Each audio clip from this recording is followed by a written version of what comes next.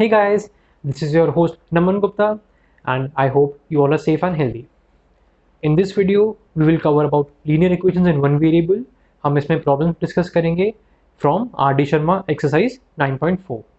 Problem statement हम exercise में approx 27 या 28 questions हैं. हम सारे questions इस वीडियो में cover नहीं करेंगे. इस वीडियो में हम सिर्फ selected questions cover up करेंगे.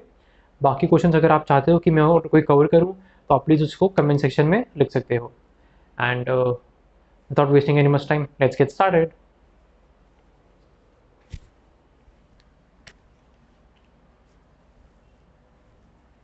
Okay, so this is the first question जो हम डिस्कस करेंगे.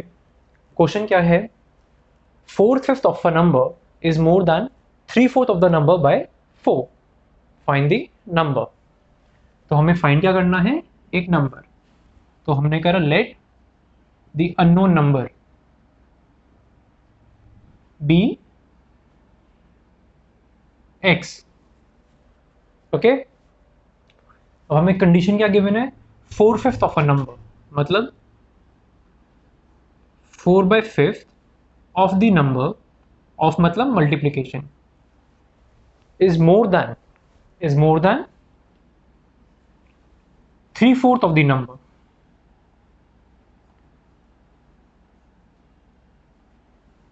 बाय 4.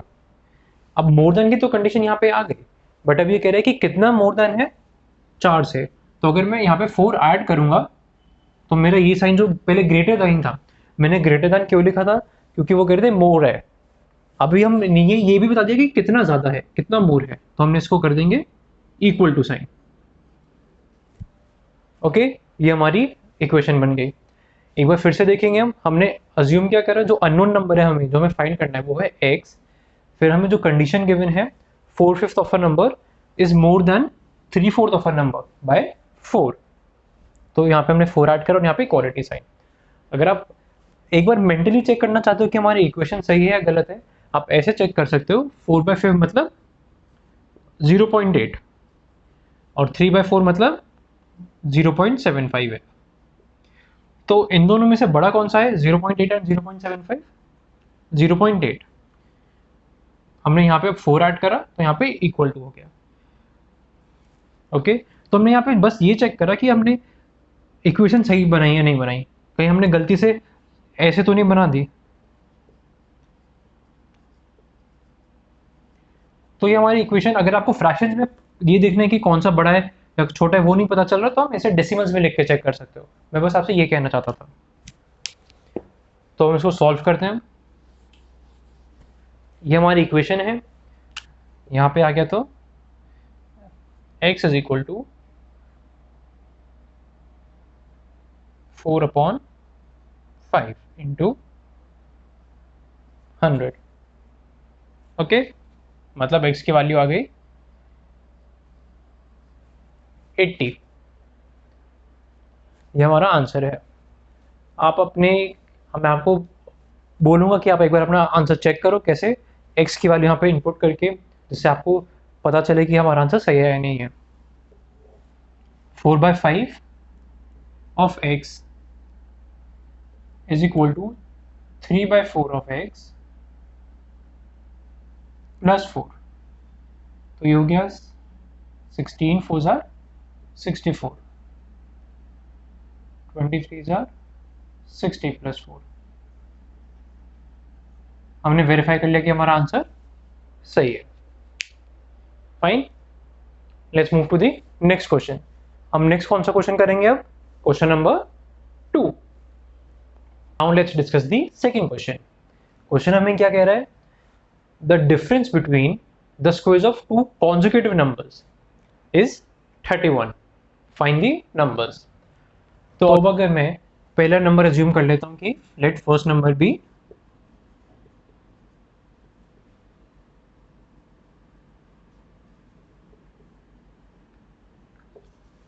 तो अब हमें क्या गिवन है? Difference between the squares of two consecutive numbers. So then other number would be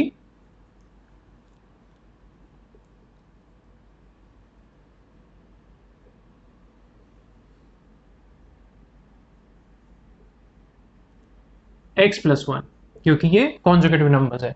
अब इसने क्या बोल रहा है, difference between the squares. Difference between the squares मतलब x प्लस 1 का whole square minus x square is equal to 31। हमें first initial से लग रहा है कि शायद क्वाड्रेटिक इक्वेशन है, लेकिन जब हम ब्रैकेट एक्सपैंड करके चेक करेंगे तो हमें ये पता चलेगा कि लीनियर इक्वेशन है। कैसे, देखते हैं। तो हम यहाँ पे एक मैथ्स की प्रॉपर्टी यूज करेंगे, कौन सी, using property A square minus B square is equal to A minus B into A plus B. Okay, तो हमारे यहाँ पे a क्या है, x प्लस 1 एंड b क्या है, x। तो हमें क्या होगा यहाँ पे, x plus 1 minus x into x plus 1 plus x is equal to 31।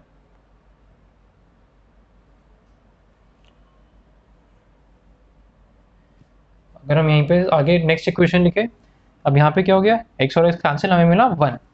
तो 1 हम किसी नंबर से मल्टीप्लाई करेंगे तो हमें मल्टीप्लिकेटिव आइडेंटिटी हमने करा था फर्स्ट चैप्टर में, तो उससे याद होगा हमें नंबर ही मिलेगा। अंदर यहाँ पे हमारा नंबर क्या है, x plus x 2x plus 1। So 2x plus 1 is equal to 31। So x is equal to 15। Question क्या था, फाइंड दी नंबर्स। तो हमारा आंसर क्या हो गया, नंबर्स आर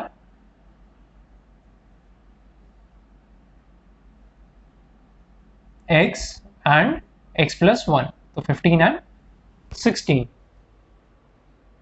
ओके, अगर आप वेरीफाई करना चाहो तो कैसे करेंगे, डिफरेंस बिटवीन दी स्क्वायर्स। तो 15 का स्क्वायर 225, 16 का स्क्वायर मेरे को याद था 256। तो 256 माइनस 225 इज इक्वल टू 31। तो हमने ये भी चेक कर लिया कि हमारा आंसर करेक्ट है। Okay, I hope this was clear. So let's move on to the next question, question number 3। Question number 3, question क्या कह रहे हैं हमें, find a number whose double is 45 greater than its half। थोड़ा सा इन्होंने double भी यूज करा है, हाफ भी यूज करा है, नंबर भी लिया हुआ है। अब हम इस इंग्लिश स्टेटमेंट को एक मैथमेटिकल इक्वेशन में लिखने की कोशिश करेंगे। फाइंड अ नंबर, तो हमारा नंबर हो गया x whose डबल मतलब x into 2 is 45 greater than it's half. इसका हाफ कितना हो गया, x बाई 2, और x बाई 2 से कितना बड़ा है, ग्रेटर, हमने लिख दिया ग्रेटर है। ठीक है, अब हम नेक्स्ट में क्या लिखेंगे, 2x is equal to x by 2 plus कितना ग्रेटर है, 45। हमने ग्रेटर का साइन हटाया और इक्वालिटी लाई क्यों, क्योंकि हमने वो नंबर डाल दिया कि वो कितना उससे बड़ा था। तो हमारे दोनों साइड्स अब इक्वल हैं। तो हम सॉल्व करेंगे तो हमें क्या मिलेगा, 2x minus x by 2 is equal to 45, 2 2 जार 4x minus x upon 2 is equal to 45. So x is equal to 90 by 3. So x is equal to 30. Again हम चेक करना चाहें तो 2x मतलब 60 is equal to 30 by 2 plus 45. 30 by 2 मतलब 15 plus 45 which is equal to 60. Hence our answer is correct. बहुत सही solve कर रहे हो आप लोग। चलो अब हम नेक्स्ट क्वेश्चन डिस्कस करेंगे, क्वेश्चन नंबर 5। क्वेश्चन नंबर 5 क्या कहता है हमसे, अ number whose fifth part increased by 5 is equal to its fourth part diminished by 5. Find the number. थोड़ा सा ट्रिकी लग रहा होगा आप लोगों को, लेकिन ये बहुत ही इजी क्वेश्चन है। कैसे, ये क्या कह रहा है, अ नंबर हो गया हमारा x whose फिफ्थ पार्ट मतलब हमने 5 से डिवाइड करा, हम एक एक स्टेप करके चलेंगे। उस फिफ्थ पार्ट तक हम पहुंचे, इंक्रीज बाय 5। हमने इसको कितने से इंक्रीज करा? 5। इंक्रीज मतलब एडिशन, और कितने से? 5 से। इज इक्वल, अब इन्होंने इक्वल का साइन भी बता दिया हमें, टू इट्स फोर्थ पार्ट मतलब x/4। डिमिनिश्ड मतलब सब्ट्रैक्शन, और यहाँ पे आ गया 5। So simple. अब बस हमें सॉल्व करना है। मेन पार्ट हमारा यही था कि हम ये जो स्टेटमेंट में हमें कह रहे हैं उसको हम इंटरप्रेट करके एक मैथमेटिकल इक्वेशन में लिख सके। अब हम इसको बस सॉल्व करेंगे, जो बहुत ही ईजी है। x/5 minus x/4 is equal to -5 तो यहाँ पे क्या आएगा हमारा? चलो मैं x पूरा लिख देता हूँ यहाँ पे। 4x minus 5x upon 20 is equal to -10। So minus x is equal to -10 into 20। So x is equal to negative sign का आंसर 200। ओके, वेरीफाई कर लेते हैं हम। x/5 मतलब 200/5।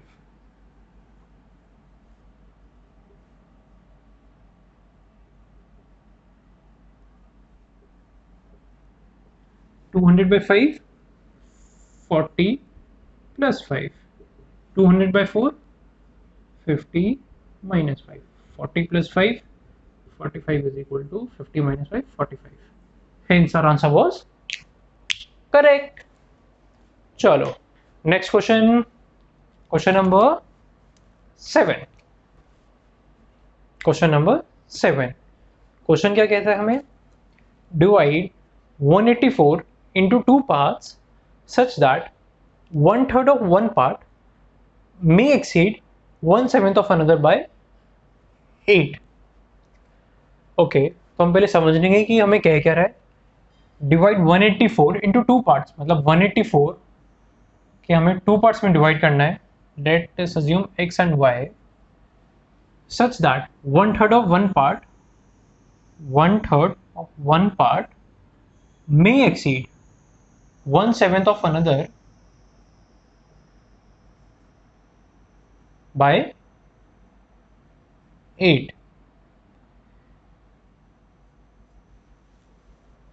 ओके, तो हमने क्या बोला? 184 को हमने 2 में डिवाइड करा such that 1/3 of one part exceeds the other by 1/7 of another by 8। तो अभी हमें लग रहा होगा कि ये तो दो वेरिएबल्स आ गए हमारे, लेकिन नो, हम इसमें क्या बोल सकते हैं कि x plus y is equal to 184, क्योंकि हमने x और y तो हमारे 184 से ही आए हैं। तो y is equal to 184 minus x। तो हम इसको एक सिंगल वेरिएबल में ही, सिर्फ x के टर्म्स में ही रिप्रेजेंट करेंगे। तो let us right this equation now. ये हमारी क्या है? x/3 is equal to y की जगह आएगा ये 184 minus x divided by 7 plus 8। okay, so we will get x/3 is equal to 184 minus x plus 56 upon 7। हमने क्या करा यहाँ पे? एलसीएम ले लिया। अब क्रॉस मल्टीप्लाई करेंगे हम। सो 7x is equal to 3 into 56 plus 184, 6 plus 4 10, 1 carried, 8 plus 5 13 plus 1 14, 240 minus x। okay, so 7x is equal to 240 into 3, 720 minus 3x। अब 3x अंदर आएगा तो 3x plus 7x 10x। so 10x is equal to 720 और x is equal to 72। तो अब हमें क्या बोल रहे हैं हम? हमारा x 72 है तो y कितना हुआ? y is equal to 184 minus 72 which is equal to 112। अब हम एक बार इसको चेक कर लेते हैं। 1/3 ऑफ 1 पार्ट मतलब x by 3 72/3 72/3 24 1/7 of other तो 112/7 7 1 42 16। सो अगर हम वेरीफाई करना चाहें इधर तो x by 3 मतलब 72/3 is equal to 112/7 plus 8 24 is equal to 16 plus 8 so 24 is equal to 24। तो हमने पहले आंसर निकाला क्या है हमारा। हमने 184 को कैसे डिवाइड करा है मतलब 72 और 112 में, तो हमारा ये आंसर हो गया। हमने वेरीफाई कर लिया कि ये कैसा है। आप देखो इसको आराम से, कोई भी डाउट हो कोई भी हो क्वेरी तो आप उसको कमेंट्स में पूछ सकते हो। Till then let's move to the next question, question number 11। Question number 11, तो क्वेश्चन क्या कह रहा है हमसे, Sunita is twice as old as Ashima. If 6 years ago, if 6 years is subtracted from Ashima's age and 4 years added to Sunita's age, then Sunita's will be 4 times Ashima's age. How old were they 2 years ago? तो ये भी अगर आप देखो तो शायद से तो आपको थोड़ा कॉम्प्लेक्स लग रहा हो देखने में, बट ये भी एक बहुत इजी क्वेश्चन है। हम इसको फिर से एक मैथमेटिकल इक्वेशन में लिखने की कोशिश करेंगे। सबसे पहले हम एक वेरिएबल लेंगे। आप सुनीता की एज या आशिमा की एज, किसी की भी एज आप x ले सकते हो, अननोन वेरिएबल। हम आशिमा की लिख लेते हैं, लेट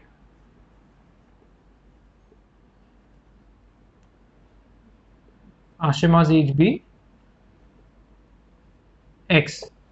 मैंने आशिमा की एज x क्यों ली, सुनीता की क्यों नहीं ली, क्योंकि Sunita is twice as old as Ashima, तो अब सुनीता की एज हमारे पास 2x आ जाएगी। अगर मैं सुनीता की एज x लेता तो आशिमा x/2 होता, तो फ्रैक्शन में डील करना थोड़ा इतना इजी नहीं होता जितना हमारे पास इंटीजर्स में होता है, तो इसलिए मैंने आशिमा की एज x ली। तो then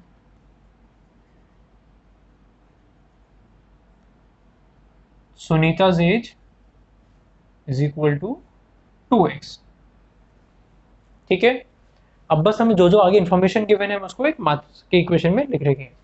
if 6 years is subtracted from आशिमा's age, तो आशिमा की एज से हमने 6 years सब्ट्रैक्ट करे और 4 years ऐड करे सुनीता की एज में। फिर हमें क्या गिवन है कि then Sunita will be 4 times Ashima as.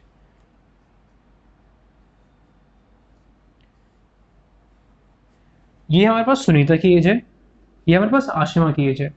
हमें गिवन है कि Sunita will be 4 times आशिमा's as, तो हम 4 किससे मल्टीप्लाई करेंगे, आशिमा की एज है सुनीता की एज, आशिमा की एज वाई 4 times आशिमा's एज, इसलिए हमने 4 यहां से मल्टीप्लाई करा। ओके, तो हम यहां से अब x की वैल्यू फाइंड आउट करेंगे।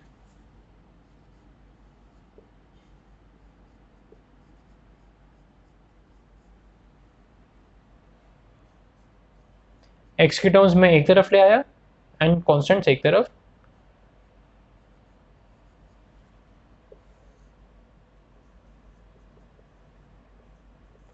x की वैल्यू आ गई 14, तो आशिमा की एज हो गई 14 एंड सुनीता की एज हो गई 28। सुनीता को मैंने s से डोनेट कर दिया। ओके, ये हमारा आंसर हो गया, आशिमा's as and सुनीता's as. No no no no no, उनसे हमने उनकी एज नहीं पूछी, हम मैंने क्या पूछा है, how old were they 2 years ago। हमारा आंसर क्या होगा, Ashima was 12 years old and Sunita was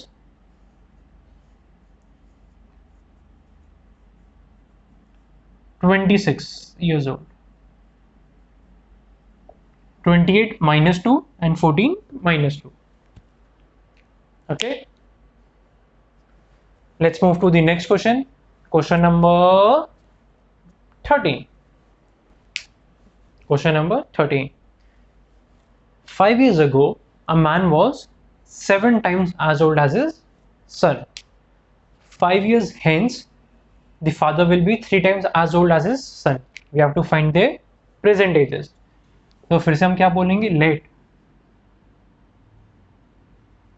son's age be x. सन की, लेकिन अगर हम इसमें देखें तो हमारे पे सन और फादर की एज का कोई डायरेक्ट रिलेशनशिप नहीं गिवन. तो अभी के लिए हम क्या लिखते हैं, let son's age be x and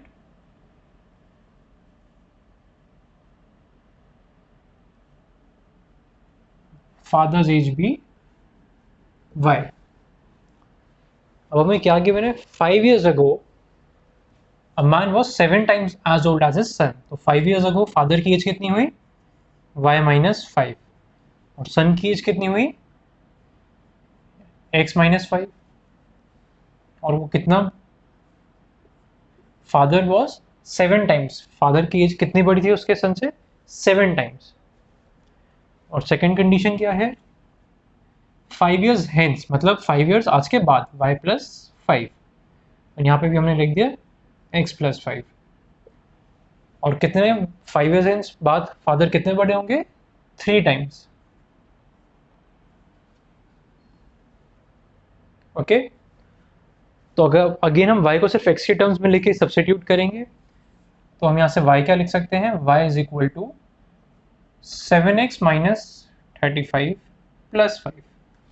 मैंने यहाँ ब्रैकेट ओपन करा, 7x माइनस 35 एंड माइनस 5 को मैं इस साइड लेके आया तो प्लस 5. अब y को मैं यहाँ पे ये सेम वैल्यू से रिप्लेस करूँगा, 7x minus 30 plus 5 is equal to 3x plus 15. Okay, so 4x is equal to, कुछ गलत करा है क्या हमने, अच्छा नहीं यहाँ पे प्लस आएगा, ठीक है. 15 plus 30 45 minus 5 40. so x is equal to 10. x मतलब सन की एज, फादर की एज कितनी आई फिर हमारे पास, 7 into 10 minus 30 which is equal to 70 minus 30 which is equal to 40. तो सन की एज होगी 10, फादर की एज होगी 40. सिंप्लिसिटी के लिए हमने शुरू में 2 वेरिएबल्स लिए, क्योंकि फादर की एज और सन की एज का करंट में हमारे पास कोई रिलेशनशिप गिवन नहीं था. तो हमने 5 साल पहले का रिलेशन लिखा, 5 साल बाद की उनकी रिलेशनशिप लिखा एज का, एंड उसको फिर सॉल्व करा. Okay, let's solve next question, question number 17. So now let's discuss question number 17. Question क्या कह रहा है हमें, there are 180 multiple choice questions in a test. If a candidate gets 4 marks for every correct answer and for every unattempted or wrongly answered question, 1 mark is deducted from the total. If candidate scored 440 in the test, how many questions did he answer correctly? Question थोड़ा सा बड़ा है पढ़ने में, but अगर हम इसको एक बार और गो थ्रू करेंगे तो आप देखोगे कि ये बहुत ही इजी क्वेश्चन है. इसको हम देखते हैं कैसे करेंगे. हमें क्या क्या इंफॉर्मेशन गिवन है, देर आर 180, टोटल क्वेश्चंस कितने हो गए,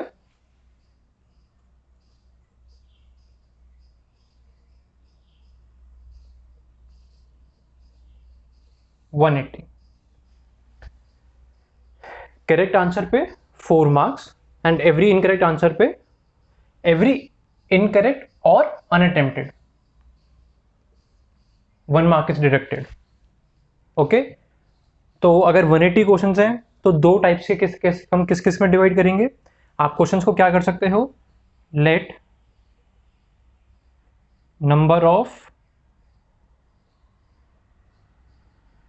correctly attempted, sorry, number of correctly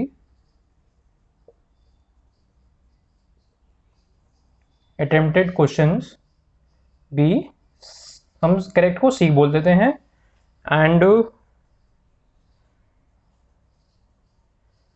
incorrect या फिर अनआंसर्ड। अनआंसर्ड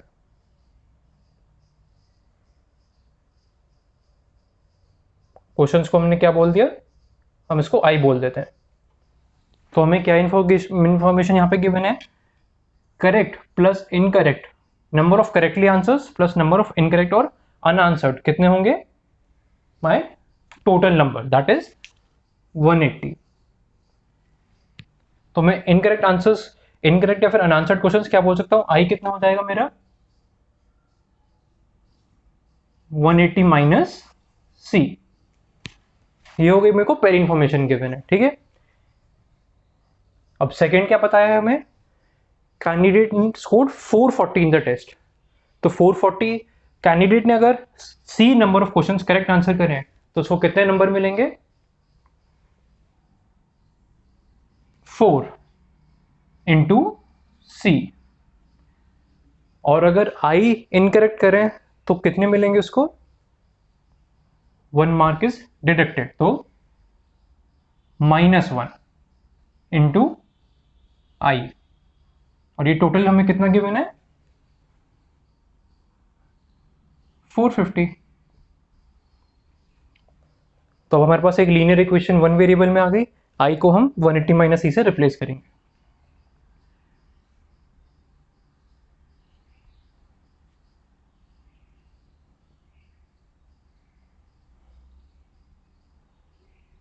तो अब हमारे पास यहाँ पे क्या मिलेगा, माइनस साइन ओपन करेंगे तो 4c minus 180 plus C is equal to 450, 5c is equal to 450 plus 180, 5c is equal to 0, 3, 5, 630। तो c की वैल्यू क्या आ गई हमारी 126। How many question did you answer correctly, हमारा आंसर क्या गया करेक्ट, सी के आंसर 126। तो आपने देखा कि क्वेश्चन थोड़ा सा बड़ा था, बट आप एक बार उसको अच्छे से समझ लोगे, उसके बाद हमें उसको मैथमेटिकल इक्वेशन में लिखना सॉल्व करना काफ़ी इजी हो जाता है। सो अब हम इस वीडियो का लास्ट क्वेश्चन सॉल्व करेंगे, that is question number 23। Question says a steamer goes downstream from one point to another in 9 hours. It covers the same distance upstream in 10 hours. If the speed of steam be 1 kilometer per hour, find the speed of steamer in still water and the distance between the ports. तो इसको हम कैसे करेंगे, हमें क्या क्या information given है पहले हम ये लिखेंगे, डाउनस्ट्रीम इन 9 आवर्स, ठीक है। सो चलो ये तो हमें गिवन है, same distance upstream in 10 hours, speed of steam भी 1 kilometre per hour, we have to find the speed of steamer in still water, तो इसको हम ले लेते हैं x। So let x be speed of steamer in still water.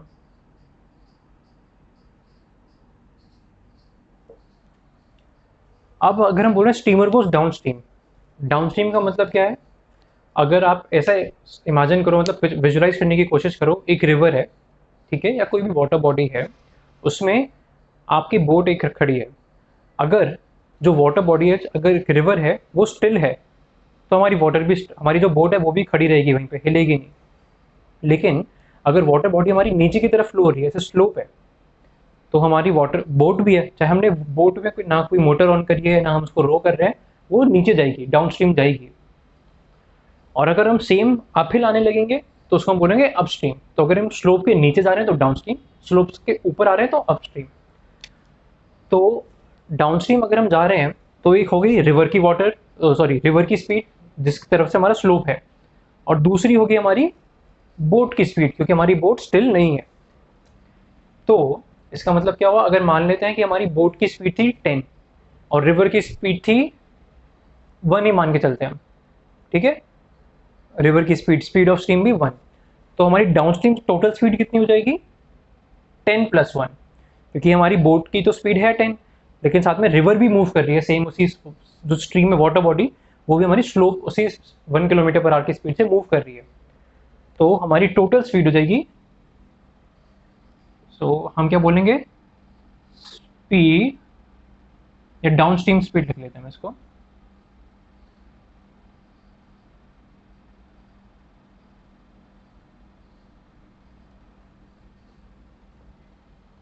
x + 1, ठीक है। और सिमिलरली अपस्ट्रीम स्पीड क्या होगी, अब मेरी वाटर तो मेरी बोट की जो स्पीड है वो 10 ऊपर की तरफ है, लेकिन रिवर की स्पीड नीचे थी मेरी, तो अब क्या होगा मेरा अपस्ट्रीम स्पीड, क्योंकि दोनों अपोजिट डायरेक्शन में हैं तो हम इसमें सब्ट्रैक्ट करेंगे x - 1। हम यूनिट्स का ध्यान रखेंगे, यूनिट्स हमारे सेम है जो हमारे गिवन था। कभी कभी क्वेश्चन में कुछ इन्फॉर्मेशन किलोमीटर्स पर आवर में होती है, कुछ मीटर्स पर सेकंड में होती है, तो हम उसका ध्यान रखेंगे। फॉर्चुनेटली इसमें हमारे पास टाइम भी आज में, स्पीड भी किलोमीटर पर आवर में, तो उसकी ज़रूरत नहीं पड़ेगी। और जो डिस्टेंस है, लेट जो हमें सेकेंड वेरिएबल फाइंड करना है, distance between the ports,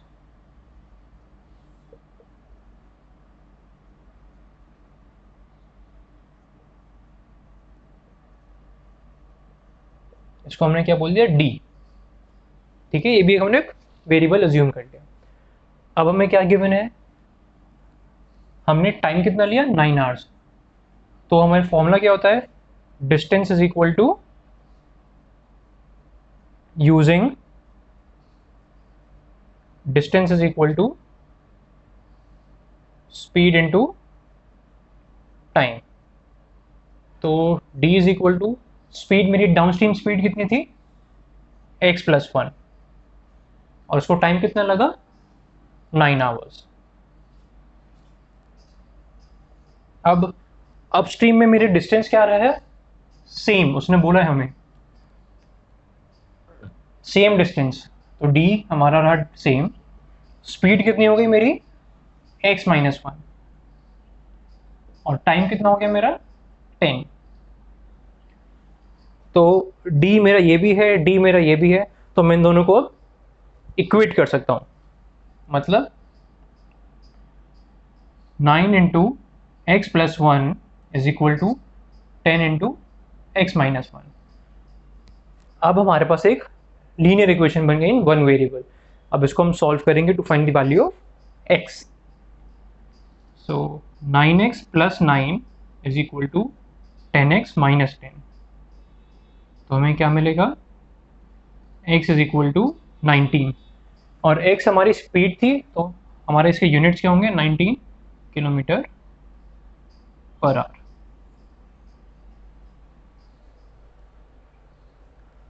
so speed of steamer कितनी होगी हमारी, 19 किलोमीटर पर आवर, और डिस्टेंस कितना हो जाएगा, 19 - 1 × 10 which is equal to 180 kilometre, ठीक है। 19 - 1 हमने यहाँ पे लिखा है।